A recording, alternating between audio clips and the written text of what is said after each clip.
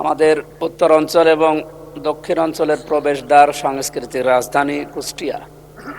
এখানে বটতল থেকে কুষ্টিয়া বিশ্ববিদ্যালয় পর্যন্ত এবং বটতল থেকে পাটিকাবাড়ির শেষ সীমানা পর্যন্ত প্রায় 20 কিলোমিটার, ওদিকে 22 কিলোমিটার এই রাস্তা অত্যন্ত জরাজীর্ণ অবস্থা। আমি মাননীয় মন্ত্রী সড়ক পরিবহন মন্ত্রীর নিকট আবেদন রাখছি আমাদের এই দুইটা রাস্তা, বিশেষ করে 42 কিলোমিটার 72 ঘন্টা ময়েশ্চার লক সমৃদ্ধ লিলি বডি ওয়াশ শিয়া বাটারের গুডনেস স্কিন রিপেয়ার করে রাখে সফট ও গ্লোয়িং।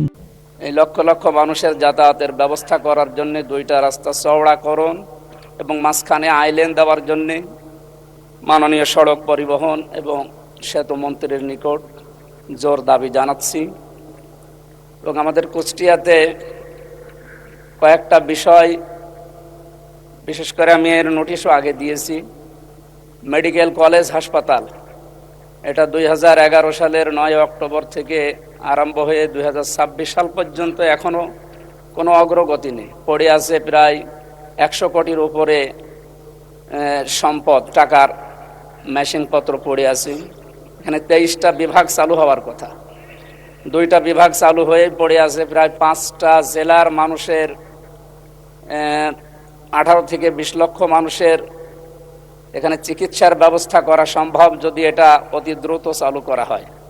মাননীয় স্বাস্থ্যমন্ত্রীর নিকট আমার আকুল আবেদন, যত দ্রুত সম্ভব মেডিকেল কলেজ হাসপাতাল চালু করার মাধ্যমে আমাদের এই 5-6টা জেলার মানুষের অন্তত চিকিৎসার সুব্যবস্থা করার জন্য আহ্বান জানাচ্ছি। 72 ঘন্টা ময়েশ্চার লক সমৃদ্ধ লিলি বডি ওয়াশ শিয়া বাটারের গুডনেস স্কিন রিপেয়ার করে রাখে সফট ও গ্লোয়িং।